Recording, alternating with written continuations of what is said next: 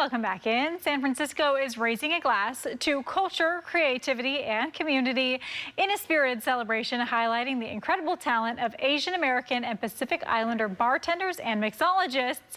Here to share more today about San Francisco's AAPI Cocktail Week is the founder and owner of Pacific Cocktail Haven, Kevin Dietrich. Hi, Kevin. Thank you for being here. Yeah, absolutely. Thank you for having me. So excited to have you today. Tell me a little bit about what you do.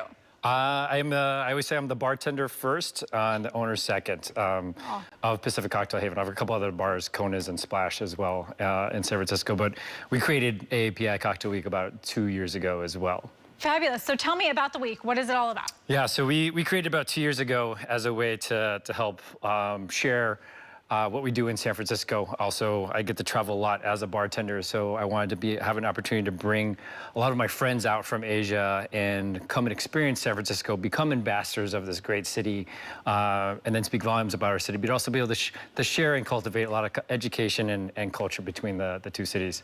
Now, how do you think AAPI is unique here in San Francisco?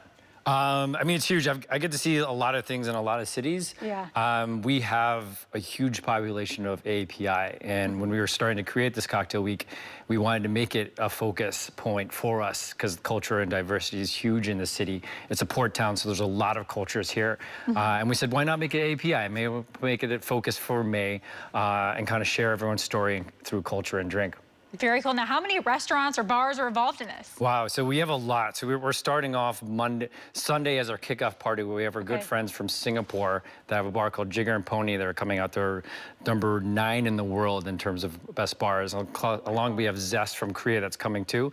And then we're also flying out a lot of our bartender friends from DC to San Diego, including a giant night market event on Thursday where we're highlighting 20 to 25 of the Bay Area's best AAPI-owned bars and restaurants. Wow, this sounds like a huge undertaking for you. It sounds absolutely crazy. Now tell me, how do you pick these people? How do you choose who to involve? Yeah, it's all about relationships and the experiences that I've cultivated over the travels. My business partner, Reese Alvarado, who participates and helps organize this as well, we bartended together at PCH, and we came together and we're just like, let's do this. Let's use his friendships and all the connections he does. He works for a brand, and then also all the travel that I get to do as a bartender. And let's use all these people and say, hey, come out here, come to San Francisco, let us host you. You bring what you're doing, that's amazing. Let us show you what we do is amazing as well. And that's how it's kind of started. It was just like a lot of phone calls, a lot of emails, and being like, hey, would you be interested in doing this? Yes, wonderful. Well, it sounds like such a good, big effort that you've finally gotten all together. This is awesome. What can people expect when they come out to one of these events?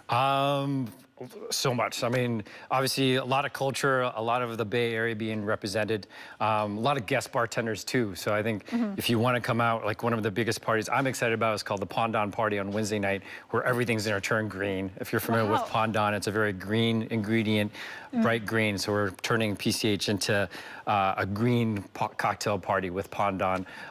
We have amazing bartenders on Tuesday night that are coming in and doing little pop-ups at Trick Dog and True Laurel.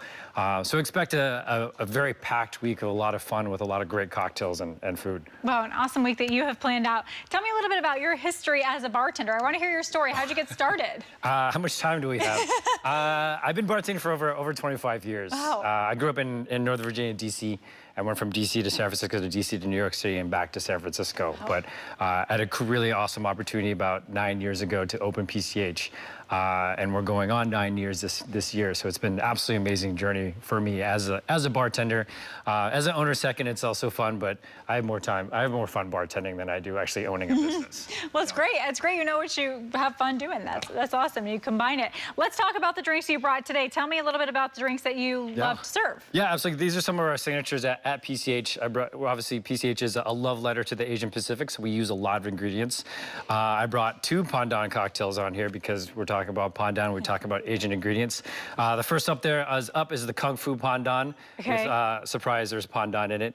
Salted Pondon, rice sochu, a little bit of Japanese whiskey, and citrus. Ooh. And then the red one over there is one of our most famous cocktails called the Leeward Negroni, which is coconut wash Campari, Pondon again, overproof gin with Sip Smith over big rock. Then we have a nice tall, refreshing one, which is with a little bit of Midori. Everyone loves Midori. Calpico, which is like a Japanese milk soda, and a little bit of vodka in there. We're using a little Suntory Roku in there. And then the last drink, passion fruit, again, kind of staying on moniker of using Asian Pacific ingredients. We have a little passion fruit, a little habanero, a little bit of tequila in there as well. Very fabulous. Do you have any favorite? What's your favorite drink? What's your go-to? Oh, I say drinking is very mood-oriented, so it depends on what mood you're in. True, yeah. So if I get done with my shift, it's like a really kind of cheap beer with something really expensive. I go like highbrow, lowbrow. Interesting. I thought you were going to say like a stiff drink. Yeah, well, I mean, like a shot of tequila. Yes. I drink anything that's over 120 proof because that's my taste buds are completely burnt now. So wow. it's the only thing I can taste. But usually That's like so funny. crappy beer, like Coors Banquet is Yellow Bellies.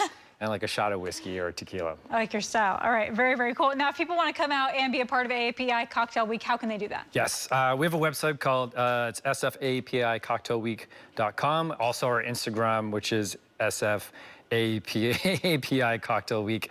You can find out all the information. Everything's on there. You can buy tickets through the website and through the Instagram handle. Fabulous. And if they want to come see you personally, maybe bartending and where you own, tell us about that. When are you open? I'm usually behind the bar on Fridays. It's always, there's a running joke in the industry that I'm always on the road doing pop-ups and guest shifts. Oh. So it's more, you're more liable to catch me in another country or another city bartending than actually bartending at my own bar. But you should definitely come and check out the bar. The team is absolutely amazing and they'll take care of you guys. Well, congratulations on all your success in your career. This is so exciting. And good luck with Cocktail Week. Yes, I appreciate it. Thank you so much for coming to